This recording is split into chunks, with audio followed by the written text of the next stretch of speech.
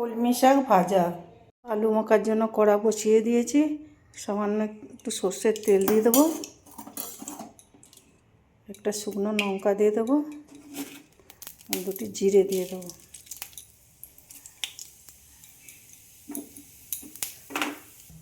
এরপর ওই তেলে একটু পেঁয়াজ ফোড়ন দিয়ে দেবো। পেঁয়াজটা হালকা ভেজে নেব। পেঁয়াজ লঙ্কার তেলটা ভাজা ছিল, সেটার মধ্যে আমি আরেকটুকু সাদা তেল দিয়ে দিলাম। এরপরে আমি একটু বড়া ভেজে নেব। এই শেষে মাছটা ভেজে নেব।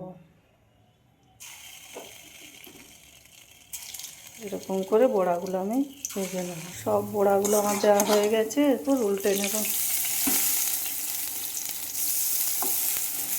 আজকে শুধু ভাজা আর আলু মাখা, শাক ভাজা এসব আছে। বড়াগুলো আমার লাল লাল করে ভাজা হয়ে গেল। এরপরে আমি আলুটা মেখে নেব। তারপরে খাওয়ার সময়তে মাছগুলো ভেজে নেব।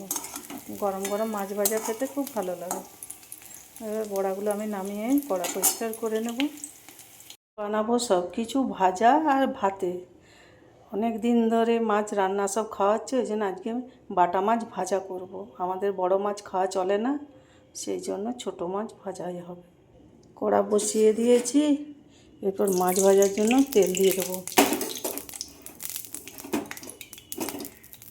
তেল গরম হয়ে গেছে, একটু সামান্য লবণ দিয়ে দেবো, মাছগুলো যাতে লেগে না যায়। এরপর মাছগুলো আস্তে আস্তে করে আমি তেলে দিয়ে দেবো।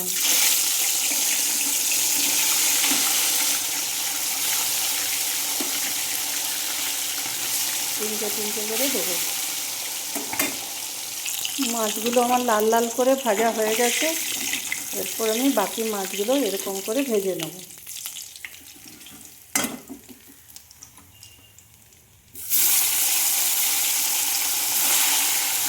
বানানো হয়ে গেল মাছ ভাজা। অনেক কিছুই আছে, আজকে রান্নাটা করিনি, সব ভাজা আর ভাতে।